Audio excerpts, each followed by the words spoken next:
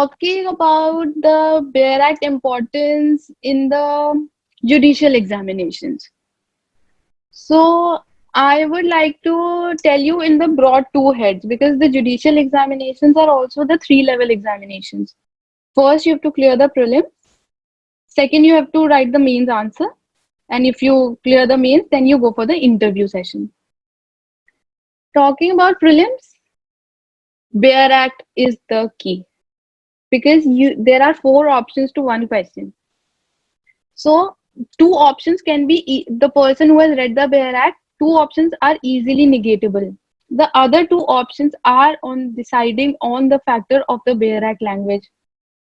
In prelims, Bare Act is the key. The many times you read the Bare Act, you know the keywords of the proper provision. You will the prelims would not be an issue for you. Talking about the mains examination, in mains you get time to actually elaborate and deliver your knowledge, your depth knowledge to the examiner. So there what you can do is along with your interpretation of the various provisions, the concepts that you have, along with that, if you have a great knowledge of the Bare Act and the keywords of the Bare Act, you can always quote them in your answers. That will give you an advantage over the others because that will show examiner person that you are actually interested in knowing law and you have actually taken deep interest in reading law so that you also remember the keywords and the statements from the Bare Act.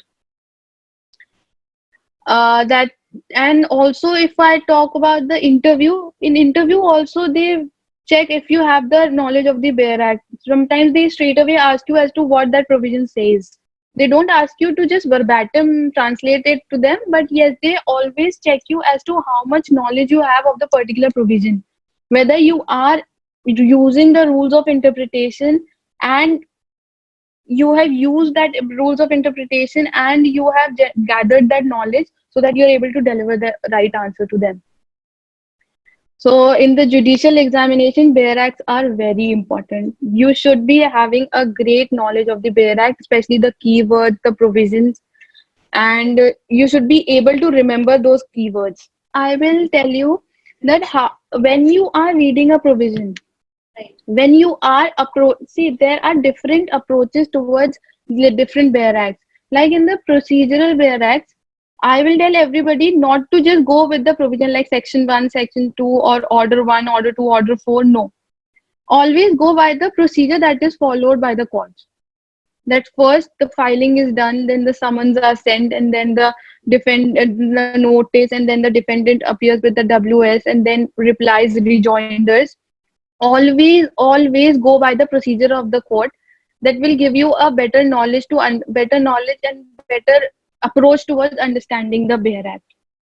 And if you inculcate that in your judicial examinations also, like if you're writing an answer and you're writing in that manner, that will give a very systematic answer and it will give a great impression to the examiner as well, which is a added benefit to it. By talking how to make the notes from the Bare Act, I will say, like I earlier said, that please focus on those words: may, shall, nothing, notwithstanding. They are of great importance. They play a great role as to the meaning of the provision changes by these particular words. Or and these words are to be read with great importance and with great concentration. Because if you in the exam the Bare Act says or and you write and, it will change the whole meaning and your answer will go wrong.